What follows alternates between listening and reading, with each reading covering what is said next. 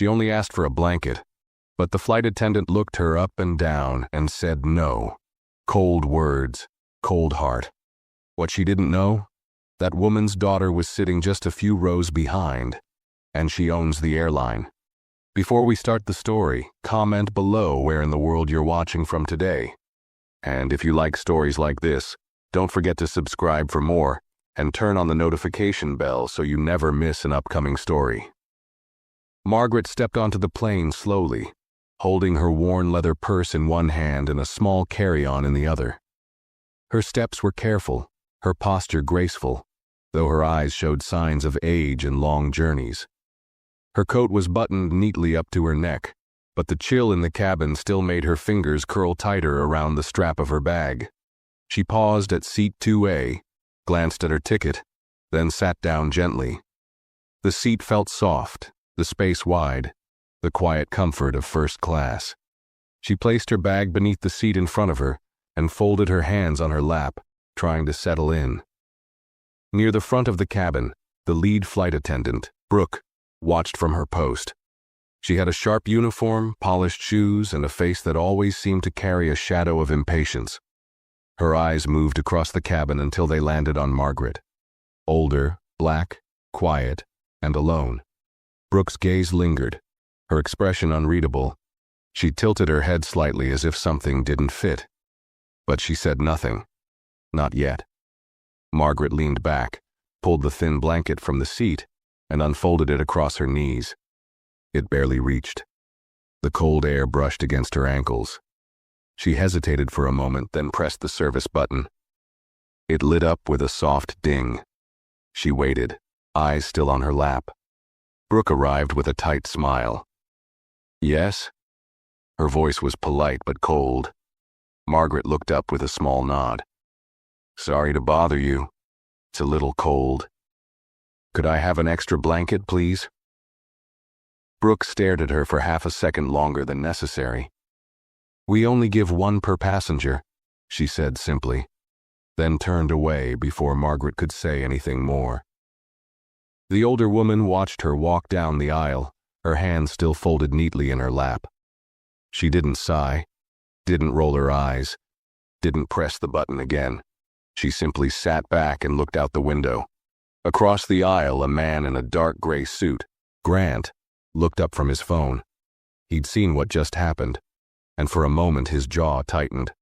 But he said nothing. He lowered his eyes and tapped the screen again, pretending to scroll. 2 rows behind Margaret, someone else had been watching. Delilah, young, confident, dressed in black slacks and a cream blouse, her hair tied back into a low bun.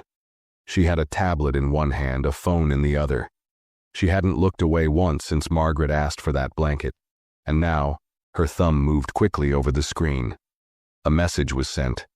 No emotion crossed her face. She just set the phone face down on the tray in front of her and stared straight ahead.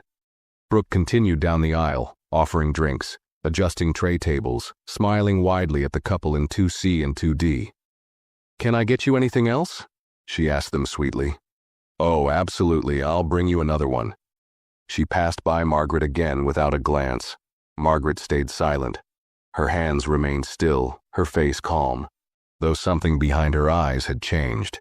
It wasn't anger, it was something else. Heavier, older, the kind of quiet built from years of moments like this. Small humiliations no one else seemed to notice. The plane doors closed. The captain's voice echoed gently through the cabin. The usual safety instructions played.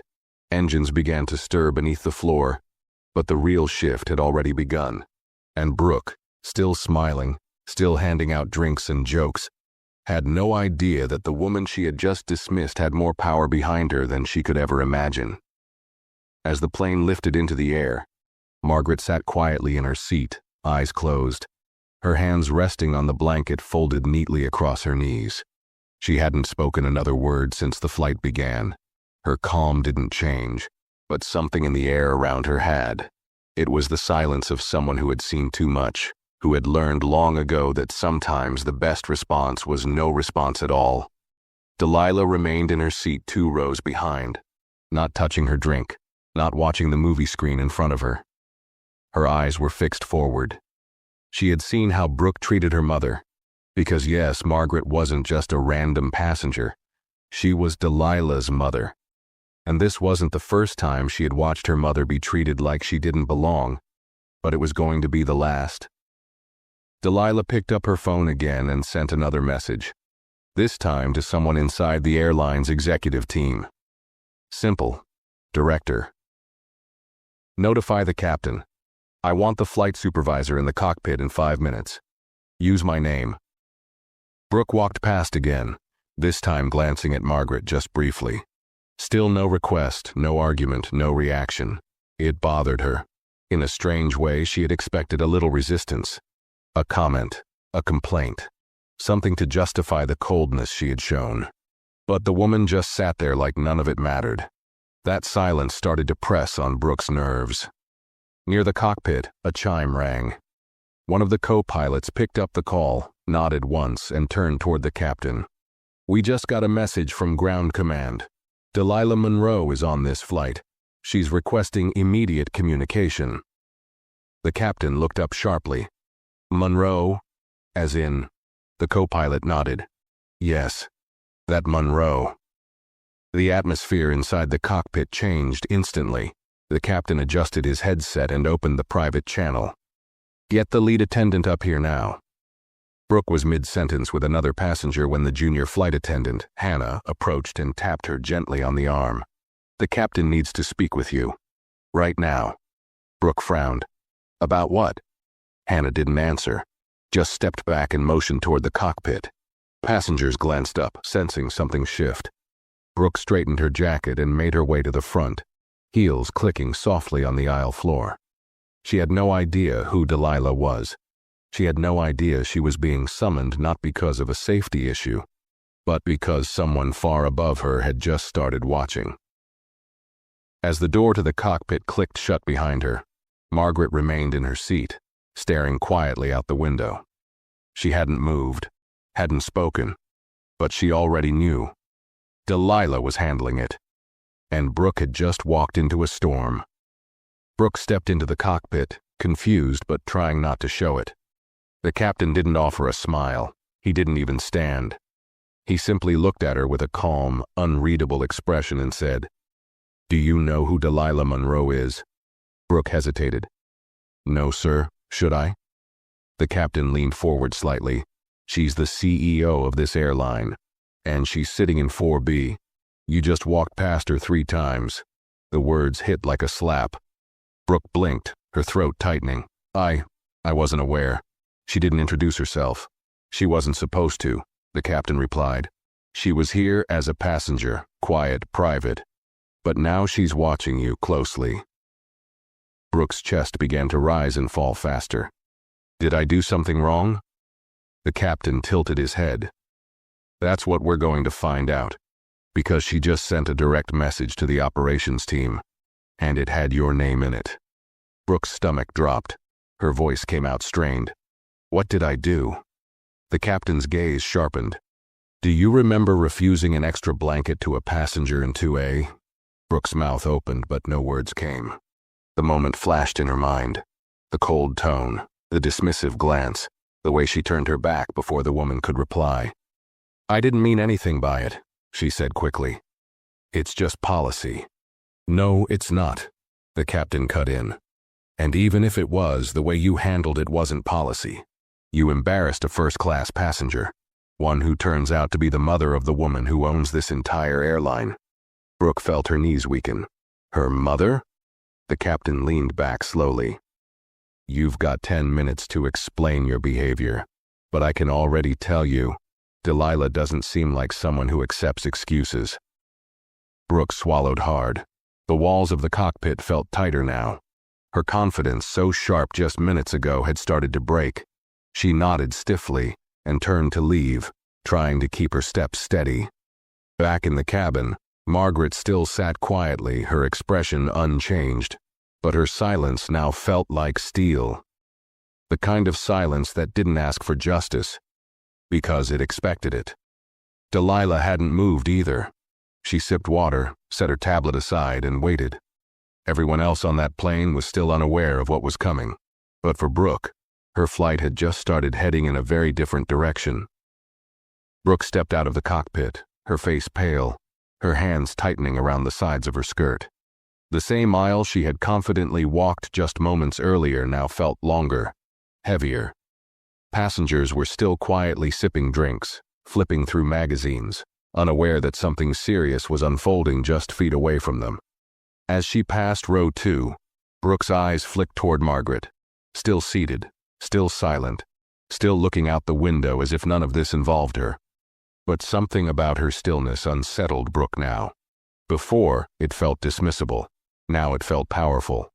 She continued past Margaret, trying not to make eye contact, and then paused at row 4.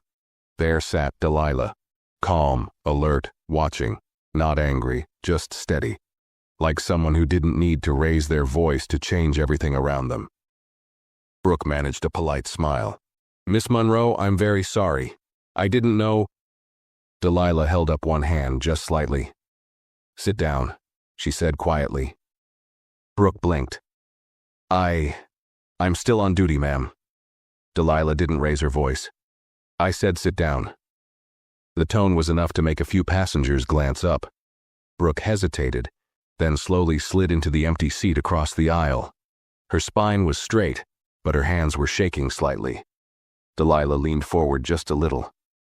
"I didn't come on this flight to be noticed. I wasn't here to test anyone, but you failed anyway." Brooke swallowed hard, her voice barely above a whisper. "It was just a misunderstanding." "No," Delilah said flatly.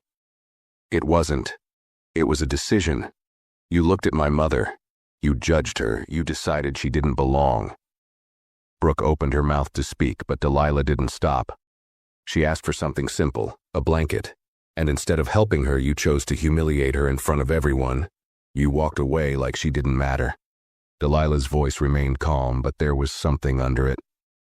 Something cold, final. "I've spent my life watching people treat her like she's invisible. But this time you did it on my plane, under my company, wearing my uniform." Brooke's shoulders slowly sank. She could feel the walls closing in. Delilah didn't blink. "You thought no one was watching. You were wrong." Margaret hadn't moved from her seat, but she didn't need to. Everything she'd ever wanted to say was now being said for her, by the one person in the world who never let her be treated like less. Brooke sat frozen, unsure what to say, unsure if there was anything left to say, and the flight still had hours to go. Brooke stayed seated across from Delilah, her fingers twisting nervously in her lap. Her voice, usually crisp and commanding in the cabin, was gone. She wanted to explain, to defend herself, to say it had been a long day, that maybe she hadn't realized how her words came across. But none of those excuses seemed safe to speak out loud. Delilah didn't look away. Her expression didn't soften. "You know what's sad?" she said quietly. "If she had been loud, if she had raised her voice or caused a scene, you probably would have taken her more seriously. But because she stayed quiet, you felt safe dismissing her." Brooke flinched, but Delilah continued. "You didn't just break company policy. You broke the one rule we don't ever forgive. Disrespect." Brooke's mouth opened, then closed. Her breath came out shaky. "I didn't mean to—" Delilah cut her off without raising her voice. "Yes, you did. That's the part you need to admit to yourself. You saw an older black woman sitting alone in first class, and you assumed something didn't add up. You assumed she didn't belong." Brooke's throat tightened. It wasn't about race. Delilah's eyes sharpened. Then what was it about? Her age? Her clothes? The way she didn't try to impress you? Pick one. Either way, you saw her and made a decision. One that had nothing to do with her ticket or her manners or our policy. Around them, passengers were beginning to notice the tension. Some tried not to stare, others whispered softly, exchanging glances. The air had shifted in first class. Something heavy now hung between the rows, though no one dared speak it aloud. Margaret sat in her seat, still gazing at the clouds outside the window. Her face was calm, but her hands were folded tightly together in her lap. She could hear the quiet exchange between her daughter and the flight attendant. And though she said nothing, she knew every word was landing exactly where it needed to. Brooke leaned forward slightly, her voice trembling. "Please, I've worked for this airline for almost 9 years. I've had perfect evaluations. I've trained new staff. I've never been written up." Delilah nodded slowly. "And you thought that would protect you?" Brooke looked away. Delilah didn't. "That's the problem," she said. "You believed you were above consequences. You believed that kindness was optional. That policy could be used to cover bias." Brooke's lip quivered slightly. "I can apologize to her." "You should," Delilah said, "but not because you want to fix this. Not because you're trying to keep your job. You should apologize because you were wrong. And you should know, an apology doesn't cancel consequences." Brooke looked down, her voice barely a whisper. "Are you firing me?" Delilah leaned back in her seat. "Not yet, but the flight isn't over." Then she stood and walked down the aisle, leaving Brooke sitting there, small, quiet, and for the first time in years, powerless. Passengers watched Delilah pass, unsure exactly who she was, but sensing clearly that the balance of control in the cabin had shifted. She stopped at her mother's seat, placed a hand gently on her shoulder, and spoke softly. Margaret turned, looked at her daughter, and gave her the smallest nod, a signal between them, filled with unspoken understanding, and then Delilah returned to her seat. Brooke remained still, frozen in the same place, staring ahead at nothing, as the sound of the engines hummed beneath the rising tension in the air. What she didn't know, what she hadn't realized yet, was that this was just the beginning of her fall. The cabin settled into an uncomfortable quiet. Passengers shifted in their seats, pretending to read or watch movies, but their attention kept drifting to the front of the plane. Everyone had felt it. The cold shift in the air, the heavy silence after Delilah walked away. Something serious had happened, and though no one knew the full story, they knew enough to stay silent and pay attention. Brooke remained seated across from where Delilah had been. Her shoulders were stiff, her jaw clenched. Her hands rested on her knees, but the tension in her fingers made them shake slightly. She wasn't used to sitting. She was used to moving, giving instructions, controlling the rhythm of the flight. But now, she sat like a passenger without purpose, waiting for something she couldn't control. The junior attendant, Hannah, peeked down the aisle from the galley. She looked unsure whether to approach or stay back. She had seen Brooke run that cabin with confidence and control, and now she watched her shrink into herself, nervous and still. Hannah slowly walked forward and leaned down near her. "Are you okay?" she asked softly. Brooke didn't answer right away. She blinked rapidly like she was trying to hold something in. "Do you know who she is?" she finally whispered. Hannah nodded. "Delilah Monroe. I didn't recognize her at first, but I do now." Brooke exhaled slowly. "I didn't know. I just thought she was another passenger." "She is a passenger," Hannah said, "and so is her mother." Brooke's face tightened. "It was just a blanket. I didn't think—" "You didn't think she mattered," Hannah said, her voice quiet but sharp. Then she straightened and walked away, leaving Brooke with the sting of those words hanging in the air. Back in her seat, Delilah scrolled through her messages. A notification popped up, a report from the ground team confirming the incident had been logged. She replied with a simple instruction: "Wait until landing. I'll decide then." She didn't look angry. In fact, she looked calm, composed, but that was the part that terrified people the most. Delilah didn't shout. She didn't threaten. She simply watched, remembered, and acted when it mattered. And everyone who had worked in the airline long enough knew, when Delilah got involved, things didn't end quietly. Margaret shifted slightly in her seat, pulling the blanket up to her waist again. She wasn't cold anymore. Not because the cabin had warmed, but because she could feel her daughter's presence behind her. A quiet shield. She didn't look back. She didn't need to. Across the aisle, the man in the gray suit, Grant, had stopped pretending to read. He watched Brooke from over his glasses. He had seen it all. The refusal, the way she turned her back on the older woman. And now, the result of that mistake unfolding in silence. He reached down and turned off the screen in front of him. Whatever movie he had picked wasn't going to be more interesting than what was happening right here. Brooke finally stood up, moving stiffly toward the front galley, trying to collect herself. She passed by Margaret, and for the first time their eyes met. Brooke hesitated. Her mouth opened slightly like she wanted to speak. But Margaret's gaze was steady, not angry, not hurt, but disappointed in a way that made Brooke's chest tighten. She looked away and kept walking. In the galley, she splashed cold water on her face from a bottle, trying to calm her nerves. Her hands trembled.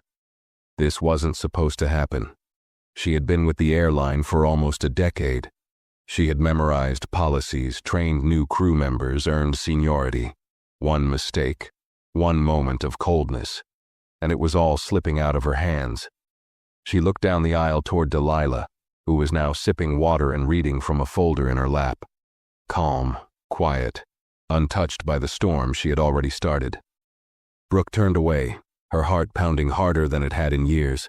She had seen other crew members removed before. She had reported some herself, but this time she was the one being watched, judged, measured. And she knew. She didn't measure up. The flight wasn't halfway through. The seatbelt sign was off. The passengers were still, but the air inside the cabin kept getting heavier. Brooke leaned against the wall of the galley and closed her eyes. Because now she understood the truth. This wasn't just a mistake. This was the beginning of the end. The hours in the air felt longer than they ever had before. Every time Brooke tried to move about the cabin, she felt eyes following her. Some passengers looked at her with curiosity, some with judgment, and others with quiet pity. She wasn't used to being the one under the spotlight. Normally, she was the one correcting others, reminding them of protocol, keeping things in order. But now, she walked with forced calm, her hands clasped behind her back, her throat dry every time she passed row 2. Margaret hadn't said a single word since boarding. She hadn't touched the call button again. She just sat with her hands folded, her eyes drifting between the window and the seat in front of her. But she knew. She knew the effect her silence was having. It was louder than any complaint could have been. Her dignity hadn't moved. Her quiet had power, and now the entire crew was feeling it. Back in row 4, Delilah closed the folder on her lap and placed it carefully inside her carry-on. Her phone vibrated once. She checked the screen. A message from her assistant. Operations ready to receive report after landing. We're standing by. She didn't reply. She just locked the screen and placed the phone face down again. Delilah's eyes moved slowly over the cabin. She saw the nervous glances, the forced small talk, the way some passengers were pretending not to notice what was happening. But she also saw the change, the small, subtle shift. People who had ignored her mother earlier were now seeing her, not just as an older woman in a coat, but as someone who had been wronged.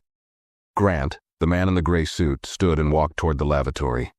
As he passed Margaret's row, he paused. Then he turned slightly and said in a quiet voice, "If you ever need another blanket, ma'am, I'd be happy to give you mine." He smiled, kind but awkward. Margaret looked at him, gave a slight nod, then turned back to the window. It wasn't much, but it was something. A small act of respect. And for a moment, Grant looked like he was ashamed it had taken him this long to say it.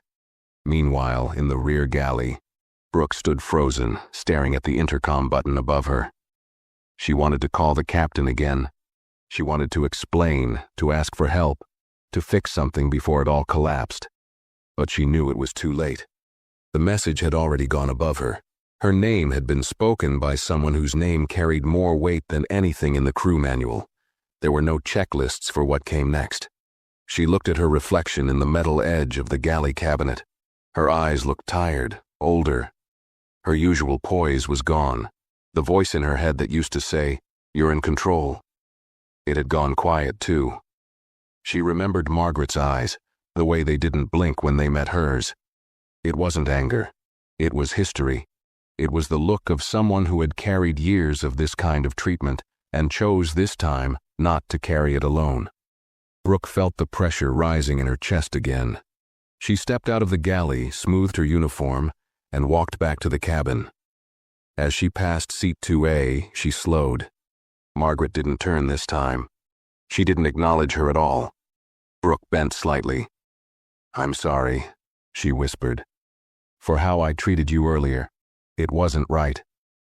Margaret didn't look at her, didn't speak, but that silence said everything. Brooke straightened and continued walking. It was the kind of silence that didn't need to forgive, the kind that didn't owe her anything. Delilah watched from her seat. She had seen it, the half apology, the quiet discomfort, the way her mother didn't respond. And she knew what it meant. Margaret didn't want revenge. She wasn't here to embarrass anyone. She had lived through worse. But Delilah, she had built an empire to make sure no one like her mother would ever have to live through it again. And now that empire was watching. The plane continued to cruise at 35,000 feet, but Brooke felt like she was falling. Each step she took toward the back of the cabin pulled her further from the job she had once loved, from the person she had once believed herself to be. Passengers returned to their routines, but something had changed permanently in that cabin. Everyone could feel it, and Brooke, for the first time, had no idea what would be waiting for her once the wheels touched the ground. The sun began to sink beneath the clouds, casting a soft orange hue over the wing of the plane. The gentle shift in light made the cabin seem quieter, almost frozen in time. Meal trays were cleared, cabin lights were dimmed. The usual chatter had faded to a hush, but the tension remained, silent, pressing, just beneath the surface. Brooke sat alone in the crew jump seat near the rear of the plane. She had been told to remove herself from passenger service for the remainder of the flight. It wasn't a suggestion. It was a quiet order passed down from the captain after his second call with operations. Her headset had been taken, her access to announcements revoked. She was still in uniform, but she wasn't part of the crew anymore. Not really. She kept her eyes low, watching the floor beneath her feet as if answers might appear there. Her fingers trembled slightly, but she kept folding them tightly together in her lap, as if she could hide the panic bubbling inside. A few hours ago, she had felt untouchable. Senior crew, years of experience, recognition from management. She was the one who others came to for guidance. Now, no one even looked at her. Across the cabin, Delilah remained calm. Her face was unreadable. She glanced at her mother now and then, the way Margaret sat with her chin lifted, her hands neatly clasped, not a hint of stress in her expression. Margaret hadn't said a word to her. She didn't need to. Delilah had seen everything she needed to in that short interaction with Brooke, and Margaret's silence carried more weight than any speech could have. Margaret wasn't a fragile woman. She had raised children during times when people like her were told they didn't belong in rooms they had earned. She had worked long hours, taken long buses, been talked down to, overlooked, and ignored. But she had never bowed her head. Not then. Not now. Delilah checked her phone again. Another update from her assistant. HR has flagged the incident. Legal is preparing an internal report. Want us to loop in media relations? She didn't respond. Not yet. She had already made her decision. But she wasn't going to speak it through a screen. The captain's voice came over the intercom. "Ladies and gentlemen, we'll be beginning our descent shortly. Please fasten your seatbelts and ensure your tray tables are up." A few passengers stirred, stretching, adjusting their seats, the usual signs of a flight nearing its end. But for Brooke, that announcement wasn't routine. It was a warning. In the back of the plane, she could feel the shift. Something final was coming. She had been through landings hundreds of times, but this one felt different. Her career, her reputation, everything she had built. It was hanging in the balance. And she had no control anymore. Hannah walked past her without stopping. No eye contact, no conversation, just quiet distance. Brooke had once trained her, taught her how to handle difficult passengers, corrected her uniform when it was wrinkled. But now, Hannah moved like Brooke didn't exist, and maybe she didn't. Not in the eyes of the company anymore. Back in row 2, Margaret calmly buckled her seatbelt. She smoothed the edge of her coat and took a deep breath, her face still serene. She had always handled people like Brooke with grace, never giving them the satisfaction of seeing her hurt. But this time, something was different. This time, her daughter had power. Delilah leaned forward, fastening her own seatbelt, then glanced at the forward galley. 2 uniformed ground staff had just stepped into the cabin from the jet bridge, visible through the tiny window in the locked door. They weren't there for routine work. She knew why they had come. She looked toward the rear of the plane where Brooke sat, unaware of who was waiting beyond that door. Still staring at the floor, still hoping that maybe, just maybe, she could talk her way out of it. But Delilah knew better. This wasn't about revenge, it was about accountability. And the moment the wheels hit the ground, everything Brooke thought she still had would be taken from her, just like she tried to take someone's dignity without saying a single cruel word. The plane dipped lower. The cabin rumbled softly. And Brooke closed her eyes, not from exhaustion, but because she knew something was coming. Something she couldn't stop. The landing gear lowered with a low mechanical hum, and the cabin filled with that familiar soft vibration as the aircraft began its final descent. But for Brooke, each shift of the engine felt like a countdown. The sound that once signaled routine was now the drumbeat to the end of something she couldn't get back. She sat frozen in her jump seat, belt fastened tight, hands clenched in her lap. Her gaze stayed fixed on the bulkhead wall in front of her, but her thoughts were spinning so fast she couldn't hold on to any one of them. Her mouth was dry. Her chest felt tight. She had run through a dozen versions of what she would say once the plane landed, but none of them seemed strong enough to change what was already in motion. The captain's voice came back, calm and professional. "Welcome, everyone, to our destination. Local time is 6:42 p.m. For your safety, please remain seated until the seatbelt sign has been turned off. On behalf of our crew, thank you for flying with us."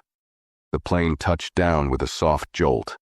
Passengers gave the usual half-hearted claps.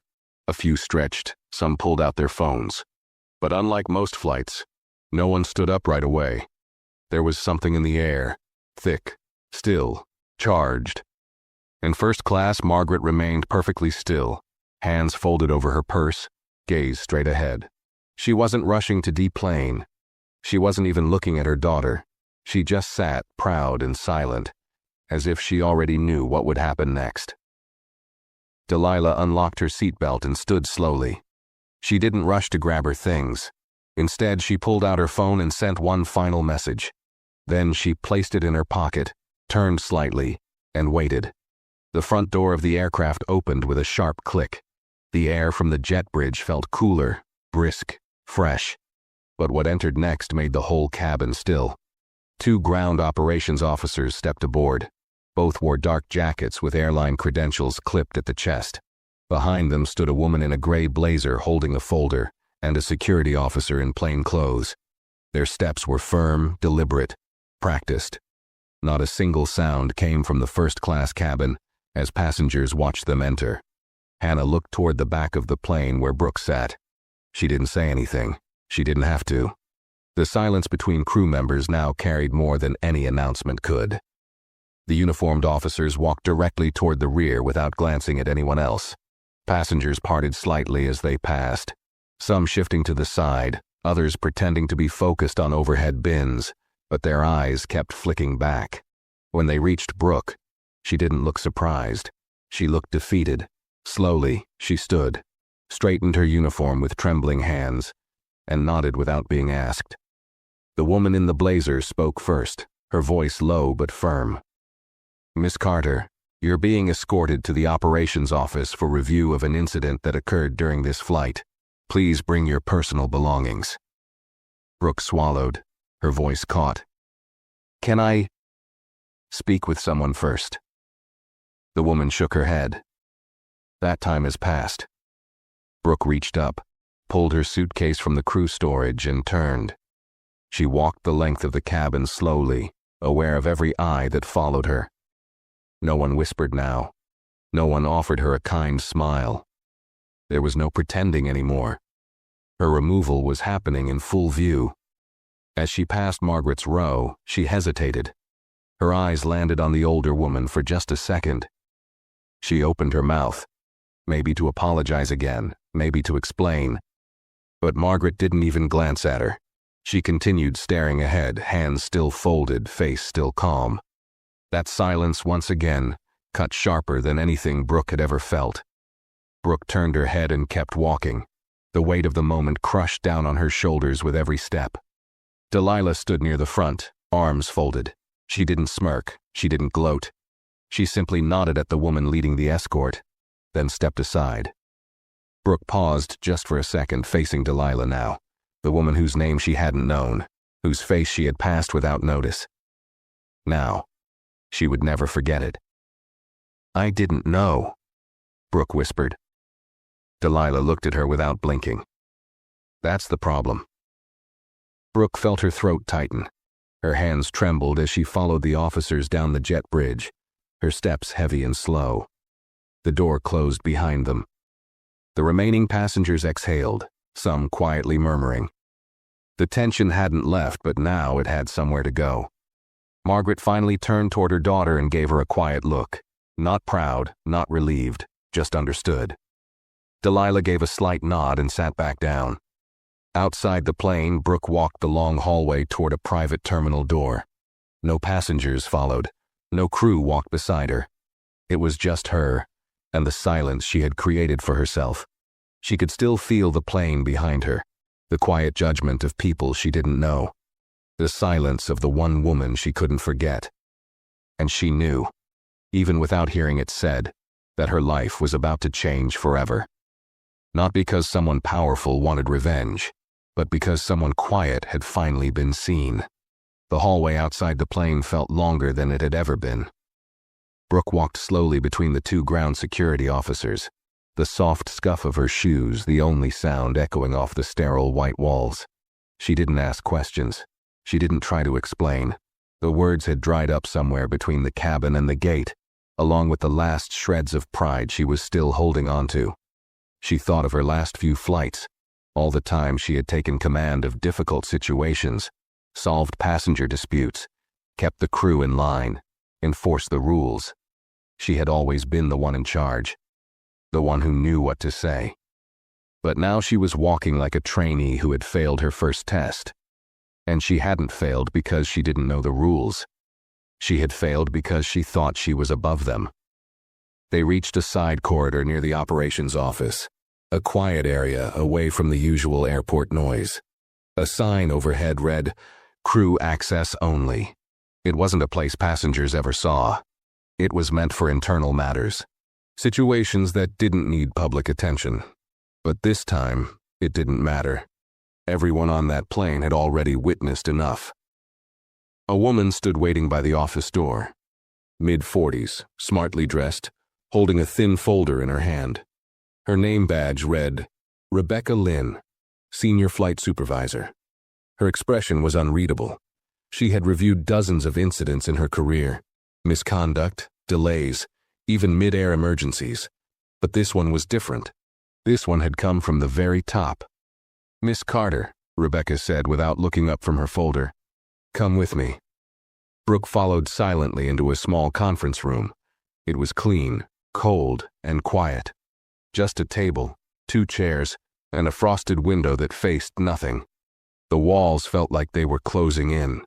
She sat stiffly, waiting for Rebecca to speak, her hands clasped tightly in her lap to keep them from shaking. Rebecca sat down, opened the folder, and flipped through several pages. Then she looked up, her tone flat. "You've been with us how long?" "Almost 9 years," Brooke replied, her voice small. 9 years, Rebecca repeated, like she was measuring the weight of it. "No major write-ups, 3 internal awards, and senior status." She closed the folder slowly, which makes what happened today even more disappointing. Brooke's mouth went dry. She tried to keep her voice steady. "I made a mistake. I know that. But Rebecca raised a hand. "This isn't a conversation. I'm not here to ask for your side. I've already received the flight report, the security log, and a personal statement from Miss Monroe. Brooke's heart skipped. She submitted a statement? Rebecca's eyes didn't waver. She owns the airline. She doesn't need to submit anything. Her word is enough. Silence settled in the room. Brooke could hear her own heartbeat. Her ears rang. She wanted to say something, anything that could shift this in her favor. But every excuse that came to mind sounded hollow now. Rebecca folded her hands on the table. Do you remember what you said to the passenger in 2A? Brooke nodded slowly. She asked for an extra blanket. I told her it wasn't allowed. And did you say it that way? Brooke hesitated. Number I was short with her. I didn't think. That's the problem, Rebecca said, her tone sharp now. You didn't think. You didn't stop to wonder why she asked. You didn't question whether you could make an exception. You saw her, judged her, and dismissed her. Brooke looked down. I didn't know she was related to anyone important. Rebecca stared at her for a long moment. And if she hadn't been? The question cut deeper than any lecture. Rebecca leaned forward slightly. You're not in this room because you embarrassed the owner's mother. You're in this room because you treated a passenger without kindness, without fairness, and without a second thought. The fact that she was connected to Delilah Monroe only made it visible. But even if she hadn't been, what you did would still be wrong. Brooke felt something shift in her chest, something sharp and painful. Because deep down she knew that was true. If Margaret had just been another elderly black woman traveling alone, she would have gone unnoticed. Her request dismissed, her discomfort ignored. And Brooke wouldn't have thought about it again. Rebecca reached for a final sheet of paper. This is your termination notice, effective immediately. You will not return to active flight duty. Your name is being added to the conduct watch list, and a permanent record of this incident will be shared with partner airlines. Brooke's lips parted slightly. So I'm done? Rebecca's answer was simple. Yes. The final word felt like the closing of a door, not just on her job, but on everything she had built over nearly a decade. She had climbed the ranks, earned trust, led teams, and in one careless moment she had thrown it all away. She reached for the pen and signed the form with a shaking hand. Rebecca took it back without another word. You'll be escorted to collect your belongings, she said, and then to the exit. Brooke nodded, eyes burning. Rebecca stood, opened the door, and motioned for the officers. Brooke followed them out, her head lowered, her hands limp at her sides. She passed familiar halls, familiar faces, some looking at her, some looking away. All of them knew. Her badge would be deactivated before she even left the building. Her name would be wiped from the internal roster, and every airline that mattered would already have her flagged. Not because she made a loud mistake, but because she made a quiet one that reflected something worse. That deep, silent belief that some people mattered less than others. And now she was no longer one of the people who mattered at all. The echo of Brooke's footsteps filled the staff hallway as she followed the two security officers toward the crew locker room. She had walked this path hundreds of times before, passing through these doors at the start of every shift. Badge swinging at her hip, uniform pressed to perfection, head held high. This time, her head was bowed, her arms hung heavy by her sides, and her footsteps dragged slightly, like each step took more effort than the last. She passed a group of junior crew members near the vending machines. They looked up when they saw her, their laughter fading into silence. One of them, a woman Brooke had once mentored during her first month on the job, gave a nervous nod of recognition. Brooke didn't return it. She couldn't. The shame in her chest pressed too hard against her ribs. Inside the locker room, her name was still on a small magnetic strip above her assigned unit. She opened it slowly, as if by moving gently, she could delay what was happening. Her extra uniform, flight log, crew guide, and the silver badge she had worn for nearly a decade all sat waiting, untouched. She reached in and picked up the badge. For a moment she just stared at it in her hand, the weight of it, the years it had represented, the authority it once gave her. She remembered the pride she'd felt the day she was promoted to senior flight attendant, the quiet celebration at the end of her shift, the email from her supervisor praising her calm in emergencies. She had built herself into someone important, someone respected, and now, in less than a day, it had all been erased. There were no tears. Not yet. Only silence. She took the badge off her uniform, placed it inside a small return envelope provided by the admin staff, and sealed it. Then she folded her extra uniform carefully and laid it on the bench, as if trying to hold onto a small piece of dignity. But no matter how neat her folding, no matter how controlled her expression, nothing could cover the truth. She wasn't leaving on her terms. One of the officers stood near the exit, giving her space but not leaving her sight. This wasn't about suspicion. It was about process. And everyone was watching closely to make sure it was followed exactly.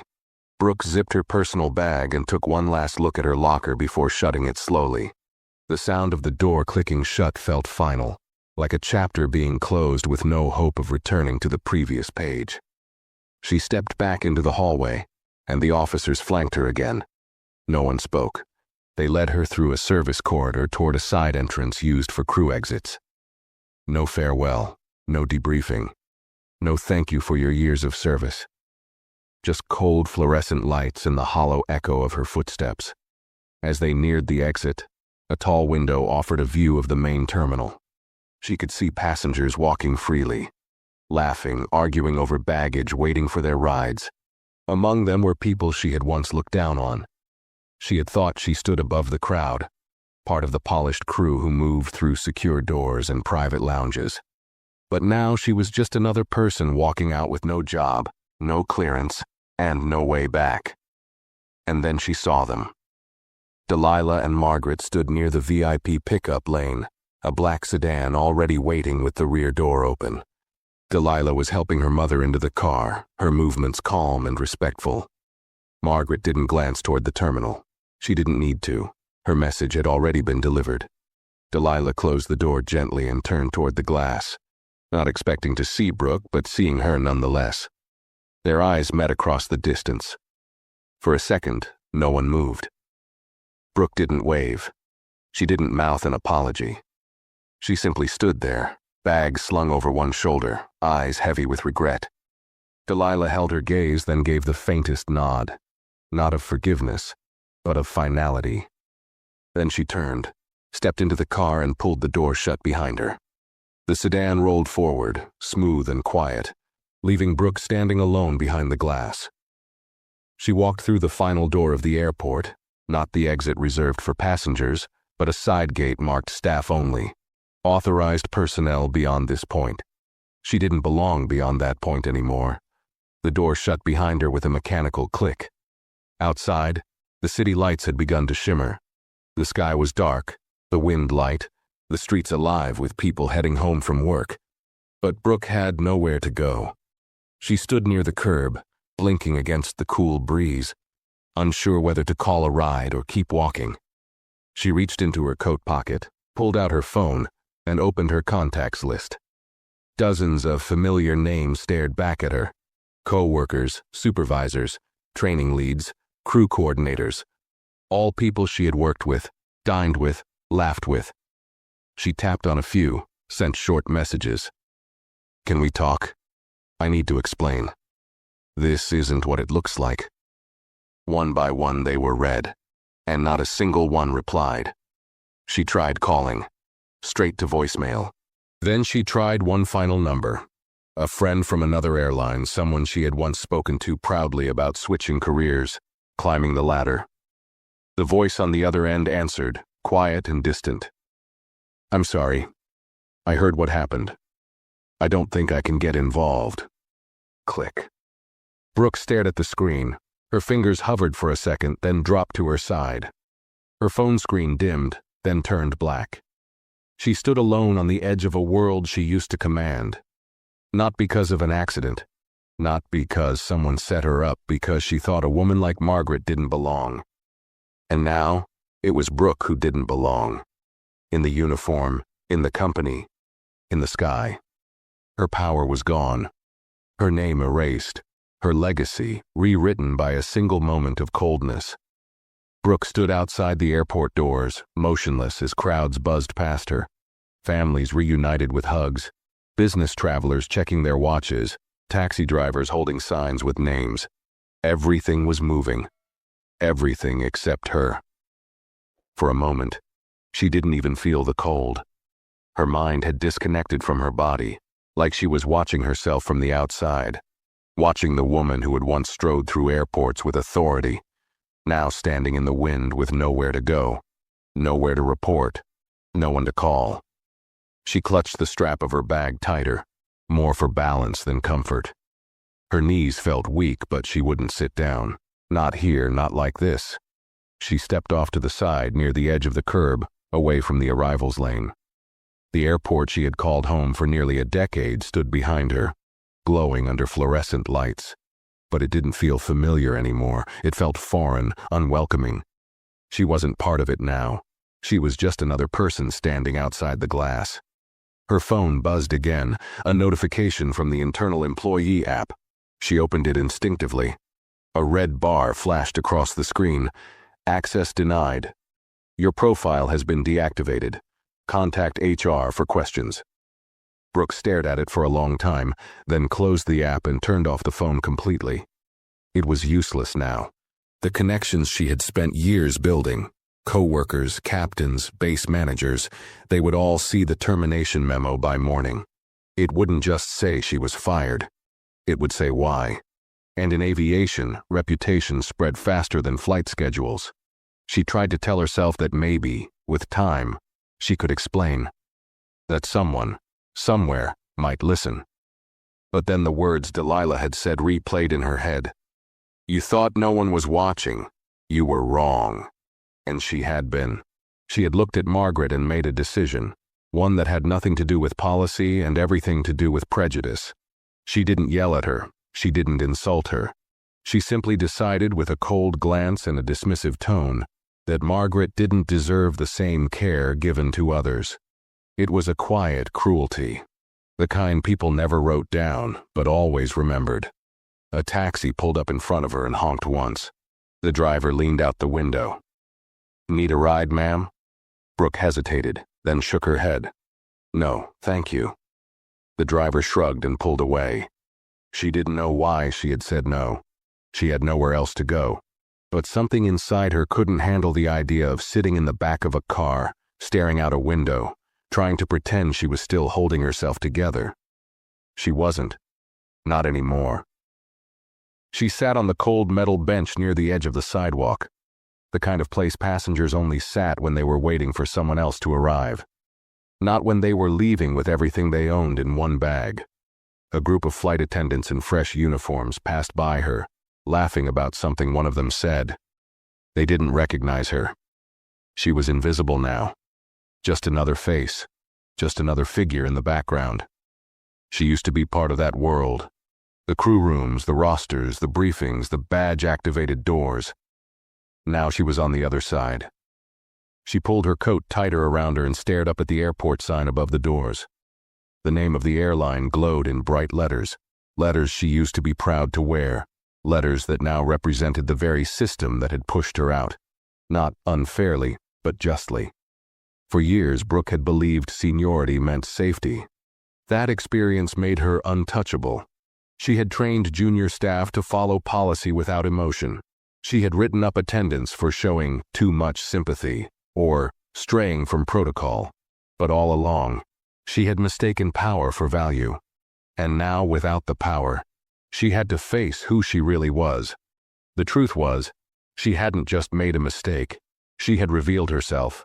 And Margaret, with her quiet strength, her patience, her refusal to be rattled, had revealed something else too. She had revealed what dignity looks like when it's been tested. She had revealed what it meant to rise above insult without ever needing to fight back. And Delilah? Delilah hadn't needed to raise her voice. She hadn't threatened, hadn't caused a scene. She had simply acted, decisively, silently, completely. It wasn't revenge. It was justice. Brooke lowered her head and let her eyes close for a moment. She wasn't tired. She was finished. Finished with pretending, finished with excuses, finished with believing that the uniform made her better than anyone else. She stayed on the bench long after the foot traffic thinned and the lights inside the airport dimmed. Eventually, she would have to get up. Eventually, she would need to face what came next. The calls, the emails, the questions from friends and family. But right now, she just sat in silence. Because for the first time in her life, there was nothing left to say. The hours melted into the cold pavement beneath her feet, the distant city lights flickering across the windshield of parked cars as the airport settled into its late-night rhythm. Fewer people passed now, mostly janitorial staff, red-eye passengers, and quiet crews beginning their graveyard shift. Brooke remained on the bench near the far curb, her bag resting at her side like a stranger's luggage. The ache in her lower back had grown sharper, and her hands were stiff from gripping the edge of the seat. But she didn't move. She couldn't. Not yet. Every part of her body screamed that she should go home, find warmth, call someone. But the truth was harsher than the wind cutting against her coat.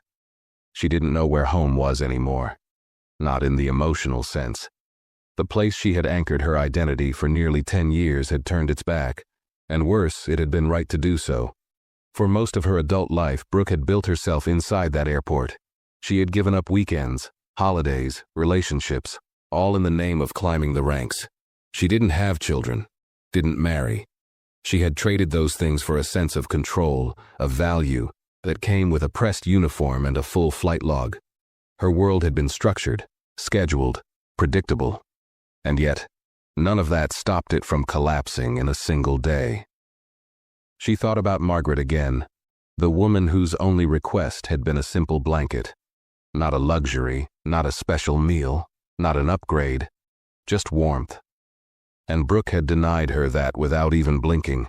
She hadn't yelled, hadn't used slurs, hadn't made a scene. But she had stripped Margaret of comfort, of respect, of the basic human decency owed to any passenger. Because Margaret hadn't fit the picture Brooke had in her mind of who belonged in first class. And that was the hardest part to accept. It wasn't a mistake. It was a choice. She hadn't recognized the quiet pain in Margaret's eyes, hadn't noticed the years behind her posture, the grace in her silence. She had seen a woman sitting in a seat she didn't expect to see her in, and made a snap judgment. And for that, she had paid a price she couldn't afford. Her phone, still powered off, remained in her coat pocket. She didn't want to turn it back on, not yet. She wasn't ready to see the fallout, the news that would surely spread across crew group chats, private messages, and internal memos. There was no damage control now. Her name was already sinking in the industry. A car pulled up to the curb, not a rideshare or a taxi, but a sleek black SUV. The back window rolled down slowly, and for a moment, Brooke's heart skipped. She sat up straighter, unsure why, unsure who. It was Delilah. She sat inside the car with the window down halfway, her face calm, eyes unreadable. She said nothing at first, just looked at Brooke. That same quiet, composed stare that had dismantled Brooke's defenses earlier without needing to shout. Brooke stood slowly, unsure whether to approach. Her lips parted slightly, but no words came. The cold air hung between them, filled with everything that had already been said. Delilah finally spoke. "You thought I was finished when you walked off that plane." Brooke swallowed hard. Her voice was barely a whisper. "I didn't expect to see you again." "I didn't plan to see you again," Delilah said. "But I needed to be sure." "Sure of what?" Brooke asked. Delilah's eyes narrowed slightly. "That you understood what really happened. That you don't just feel punished, but that you understand why." Brooke looked down. "I do." "Do you?" Delilah's voice didn't rise. It didn't need to. "Because from where I'm sitting, all I saw today was a woman protecting her position, not acknowledging her reflection." Brooke blinked. "I was wrong," she said. "I know that now. I treated your mother unfairly. I saw her and I assumed. I judged her." Delilah nodded slowly. "And now that it cost you something, now it feels real." Brooke flinched. It wasn't about her being your mother. I didn't know who she was. That's the point, Delilah replied. You didn't know, and that's exactly why you thought you could get away with it. Long silence followed. Cars came and went. A luggage cart rattled nearby. Somewhere across the lot, a late bus hissed to a stop. But Brooke didn't move. Delilah's words clung to her ribs like ice. She couldn't defend herself anymore. Not here. Not in front of the woman who had built the very airline she was now